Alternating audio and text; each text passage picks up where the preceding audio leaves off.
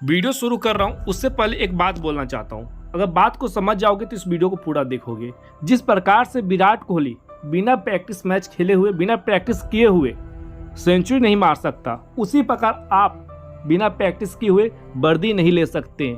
ये सत्य है और पुराणों में लिखा हुआ है। जितना ज़्यादा मेहनत करोगे सफलता तुम्हारे कदमों में चूमेगी। तो वीडियो को अंत तक जरूर देखिएगा, क्योंकि इस वीडियो में मैं आपके लिए लेकर आ चुका हूँ अग्निपथ सीरीज, जो बिहार पुलिस की एग्जाम में काफ़ी ज़्यादा महत्वपूर्ण है। इसके अंदर आपके लिए, सिर्फ और सिर्फ आपके लिए मोस्ट इंपॉर्टेंट क्वेश्चन लाया गया है, जो देखिए अभी तुरंत मैसेज भी आ गया, सर वीडियो लेट से आया है। मोस्ट इंपॉर्टेंट क्वेश्चन लेकर आया गया है, जिसमें बताया गया कि आपको तैयारी करने से क्या क्या फ़ायदा होगा और कौन कौन से प्रश्न जो है आपके एग्जाम में पूछे जाएंगे। तो चलिए आज की इस वीडियो को शुरू करते हैं बिना किसी देरी के। पहला प्रश्न आपके डिस्प्ले पर आ चुका है, जल्दी से कमेंट में बताइए इसका सही उत्तर क्या होगा। प्रश्न पूछ रहा है, भारतीय संविधान के किस अनुच्छेद में यह अंकित है कि भारत अर्थात इंडिया राज्यों का संघ है। आपके डिस्प्ले पर 4 ऑप्शन है, अनुच्छेद 1, अनुच्छेद 2, अनुच्छेद 3 और अनुच्छेद 4। इनमें से कौन सा सही होगा आपको बताना है। मैं आपको बता दूं, आपकी जगह मैं रहता तो मैं ऑप्शन ए की तरफ जरूर जाता, और ऑप्शन ए की तरफ जाते हैं आप तो आप सही हैं। क्यों? क्योंकि इसके अंदर बताया गया है कि भारतीय संविधान के अनुच्छेद 1 में लिखा हुआ है भारत अर्थात इंडिया, और ये भाग 1 में भी लिखा है, भाग 1 में आता है। कितने में आता है? भाग 1 में आता है। आपको बता दें भारतीय संविधान में कुल कितने भाग हैं, तो आप कमेंट करके इसका उत्तर जरूर बताइएगा। कि मैं आपसे पूछ रहा हूँ कि भारतीय संविधान में कुल कितने भाग हैं, तो आप कमेंट करके जरूर बताइएगा। हम दूसरे प्रश्न की तरफ प्रस्थान करेंगे बात करते करते। दूसरा प्रश्न आपके डिस्प्ले पर आ चुका है, संविधान में कल्याणकारी राज्य की अवधारणा किसमें निहित है, आपको बताना है। कल्याणकारी राज्य जो है, इसके बारे में भारतीय संविधान में कहाँ पे लिखा हुआ है बताना है, किस जगह पे है बताना है। प्रस्तावना में, मूल संविधान में, नीति निर्देश तत्व में, या फिर मूल कर्तव्य में। कौन सा आंसर होगा? अगर मैं आपकी जगह होता तो इस समय मैं कमेंट में आंसर देता, वीडियो नहीं देख रहा होता। आप उत्तर दीजिए कमेंट में, मैं बता दूं इसका सही उत्तर होगा ऑप्शन नंबर सी। अगर आप ये सोच रहे हैं ना कि नीति निर्देश तत्व, तो आप सही सोच रहे हैं। क्यों? क्योंकि इसके अंदर यही सही उत्तर होगा। चलते हैं अगले प्रश्न की तरफ। अगला प्रश्न आपके सामने आपके डिस्प्ले पर, भारत का चुनाव, भारत के अंदर लोकसभा का चुनाव लड़ने के लिए जो व्यक्ति इच्छुक है उसकी न्यूनतम आयु क्या होनी चाहिए। क्वेश्चन घुमा दिया है लेकिन आंसर सेम होगा। क्वेश्चन पूछ रहा है कि लोकसभा का चुनाव लड़ने के लिए इच्छुक व्यक्ति की न्यूनतम आयु होनी चाहिए। कितनी होनी चाहिए? यानी भारत के अंदर लोकसभा चुनाव जो होता है, लोकसभा उसी को बोलते हैं जिससे हम संसद का चुनाव करते हैं और उस लोग बैठकर प्रधानमंत्री का चयन करते हैं। तो बताना है इसकी उम्र जो है कितना होना चाहिए, 21, 24, 25, 28। जो भी आपको सही लगे उत्तर कमेंट बॉक्स में भर दीजिए। तो इसका सही उत्तर होगा ऑप्शन नंबर सी, 25 साल। वोट देने के लिए 18 साल है, लेकिन 25 साल के बाद ही आप चुनाव लड़ सकते हैं। अभी क्यों कारण है थोड़ा समझा देता हूँ आपको। देखिए, वोट देने का अधिकार तो आपको 18 साल के ऊपर प्राप्त है, लेकिन चुनाव लड़ने का 25 साल इसलिए दिक्कत है कि भारत के अंदर जितनी राजनीतिक पार्टी आप देखेंगे, बड़े बड़े, मैं किसी का नाम तो नहीं लेना चाहता, लेकिन बड़े बड़े राजनीतिक पार्टी देखेंगे तो वंशवाली आधार पर चलता है। यानी पिता भी नेता था, बेटा भी है, और हो सके तो उसका बेटा भी बनेगा। अगर 18 साल उम्र सीमा कर दिया गया चुनाव लड़ने से, तो एक बात बताइए, एक आम परिवार, गरीब परिवार से आने वाला व्यक्ति 18 साल में क्या चुनाव लड़ने लायक पहचान या पैसा, पूंजी जुटा पाएगा? बिल्कुल नहीं। तो वो चुनाव लड़ ही नहीं पाएगा। और एक तो पहले ही आम लोगों को नेता में आने का बहुत कम मौका मिलता है, अगर एज भी और घटा दिया जाए तो और भी कम मौका मिलेगा। फिर आपके मन में सवाल आएगा कि 25 साल में क्या हो रहा है भाई, 7 साल के तो अंतर है। 25 साल में जो व्यक्ति 18 साल का होगा वो आगे 25 साल में थोड़ा मेच्योर भी हो जाएगा, समाज में थोड़ी पहचान भी बन जाएगी और थोड़ा बहुत पैसा भी कमा सकता है वो।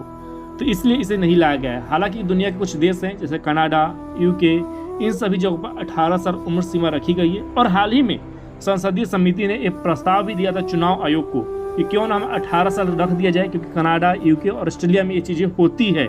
लेकिन भारत के चुनाव आयोग ने बोला कि वो भले ही वहाँ पर होती हो, लेकिन यहाँ पर जो व्यवस्था है वो वंशवाली आधार पर राजनीति चलती है, और इसीलिए हम ऐसा नहीं कर सकते हैं, नहीं तो आम भारतीयों के साथ कहीं ना कहीं नुकसानदेही होगा। ये सब बातें हो तो रही है, लेकिन आपके मन में सवाल जरूर उठ रहा होगा कि सर जी ये हरा पट्टी पर लिखा हुआ है कि बिहार पुलिस का प्रैक्टिस सेट का PDF मात्र 49 रुपये में सही में दे रहे हैं क्या? तो बिल्कुल दे रहे हैं। भरोसा नहीं है ना? मैसेज कर लो, ये नंबर तुमको दिखाई दे रहा है, व्हाट्सअप करो। व्हाट्सअप करोगे, पैसा पे करोगे, मिल जाएगा। तुम बोलोगे पैसा लेके भाग गए तो 49 रुपये लेकर तुम्हारे करोड़पति हम बनेंगे नहीं, ना अंबानी हैं ना ही हम विजय माल्या हैं कि देश छोड़कर जाएंगे। 49 रुपये कहाँ जाएंगे? कमेंट में भर देना कि सर चुट्टा है, पैसा लेके भाग गए 49 रुपया लेकर। तुरंत PDF आपको मिल जाएगा। जब बात हो रही है देने का, तो देने का पैसा बड़ा नहीं है, हम व्यापार करने नहीं है। इस चीज़ को इधर 0 भी बैठा देते ना तो लोग खरीदेंगे, 490 रुपये में बेचेंगे तो लोग खरीदेंगे, क्योंकि इतनी अच्छी चीज़ है। साथ ही साथ इसमें E-बुक भी फ्री दे रहे हैं। क्या भी दे रहे हैं? E-बुक भी फ्री दे रहे हैं हम आपके लिए। GK का हनुमान चालीसा मार्केट में तहलका मचा रहा है। जैसे लुसेंट है ना, लुसेंट का बोलिए बाप, लुसेंट का बोलिए बाप है, वो मार्केट में तहलका मचा रहा है। तुम एक बार खरीद लो, पता चल जाएगा। चलते हैं अगले प्रश्न की तरफ। अगला प्रश्न आपके डिस्प्ले पर है। सर्वोच्च न्यायालय के मुख्य न्यायाधीश की नियुक्ति कौन करता है? सर्वोच्च न्यायालय मतलब सुप्रीम कोर्ट। अब बताएं, सुप्रीम कोर्ट के मुख्य न्यायाधीश यानी CJI, chief justice of India, Bharat के कर्ता धर्ता, संविधान के व्याख्याकर्ता, रक्षक, मूल अधिकार के, सबकी नियुक्ति कौन करता है? बताना है। राष्ट्रपति, प्रधानमंत्री, मंत्रिपरिषद या संसद? क्या आपको लगता है? अगर मैं आपकी जगह होता तो मैं राष्ट्रपति मारता, फिर प्रधानमंत्री, एक मोदी जी भी तो कर सकते हैं ना। लेकिन आपको याद रखना है कि सर्वोच्च न्यायालय के द्वारा दिए गए फैसले को अगर कोई बदल सकता है तो सिर्फ और सिर्फ राष्ट्रपति बदल सकता है। अगर सर्वोच्च न्यायालय किसी को फांसी दे दिया तो हम राष्ट्रपति के पास ही गुहार लगा सकते हैं। उसके अलावा देश के अंदर कोई भी नहीं है जो फांसी से आपको बचा सके, खुद सर्वोच्च न्यायालय भी नहीं। तो उसकी नियुक्ति कौन करेगा? राष्ट्रपति करेंगे, महामहिम करेंगे। तो राष्ट्रपति बिल्कुल सही उत्तर है, option A. International court of justice, क्या मजेदार जगह है। इंटरनेशनल कोर्ट ऑफ जस्टिस में जजों की संख्या कितनी होती है? इतनी अच्छी क्वेश्चन है। अब बताइए कि भैया इंटरनेशनल कोर्ट ऑफ जस्टिस में जजों की संख्या कितनी होती है? तो इसका आंसर तो आप कमेंट में भर देंगे, लेकिन ये बता दीजिए साथ साथ ये दुनिया के कौन से देश में है? ऑरेंज वाले देश में है क्या? मैं इतना हिंट दे दिया हूँ, ऑरेंज। आप चलिए इसका आंसर बताइए। इसका सही उत्तर होगा ए, 15 गो। कितना है? 15 गो जजों की संख्या होती है। और आते हैं अगले प्रश्न की तरफ। अगला प्रश्न आपके सामने, हाल ही में किस देश को सार्क सदस्य बनाया गया है? सार्क देशों का सदस्य बनाया गया है, बताना है। भूटान, मालदीव, अफगानिस्तान, नेपाल। हाल ही में किस देश को सार्क का सदस्य बनाया गया है? कमेंट भर दीजिए पूरा कमेंट। अगर ये नहीं पता है तो फिर दिक्कत है, तकलीफ है, परेशानी है भैया आपको, तो जल्दी भरिए। तो इसका सही उत्तर होगा option number C. Option number C जो होगा बिल्कुल सही, अगर आप सोच रहे हैं आप तो, क्योंकि अफगानिस्तान को हाल ही में सार्क देशों में अप्लाई किया गया, यानी कि जोड़ा गया है। चलिए आते हैं अगले प्रश्न की तरफ। इसका उत्तर आप लोग दीजिए, तब तक मैं कुछ प्रचार कर देता हूँ। आपके हनुमान चालीसा के जो बुक है उसके अंदर GK की ट्रिक, QR कोड, बहुत सारी सुविधाएं आपको दी जाती है। तो अगर नहीं लेते हैं तो पछताते हैं, और पछतावा क्या जब उड़ गई चिड़िया खेत।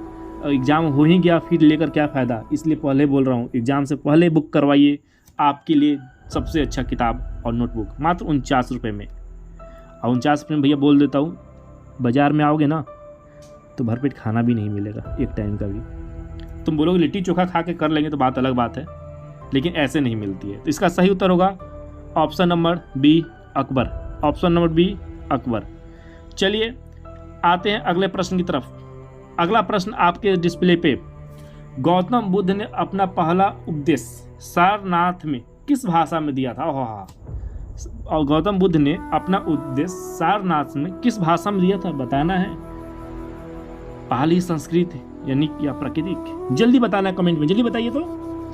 तो देखिए, महात्मा बुद्ध ने अपना उपदेश दिया था पाली में। और लोगों ने महात्मा बुद्ध की उपदेश क्यों माना? क्योंकि महात्मा बुद्ध ने ज्ञान की प्राप्ति किया तो था, लेकिन उससे पहले एक राजा के पुत्र थे, राजकुमार थे और होने वाले राजा थे।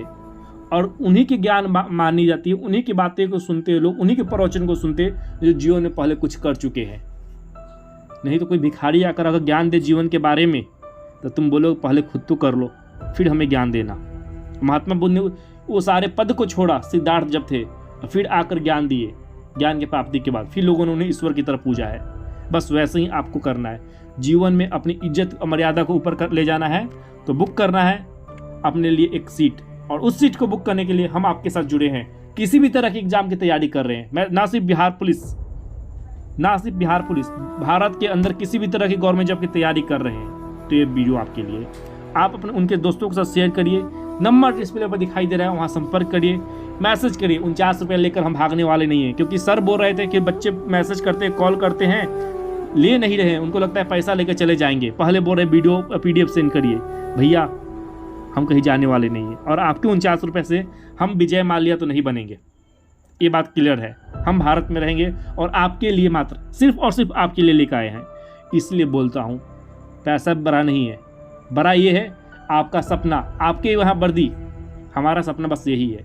पैसा नहीं है ना, फ्री में मांग लो हमसे, लेकिन ये आरोप मत लगाओ कि पैसा लेके तुम चले जाओगे। चलिए आज के वीडियो में बस इतना ही। मिलते हैं आपसे नेक्स्ट वीडियो में, तब तक के लिए जय हिंद, जय भारत।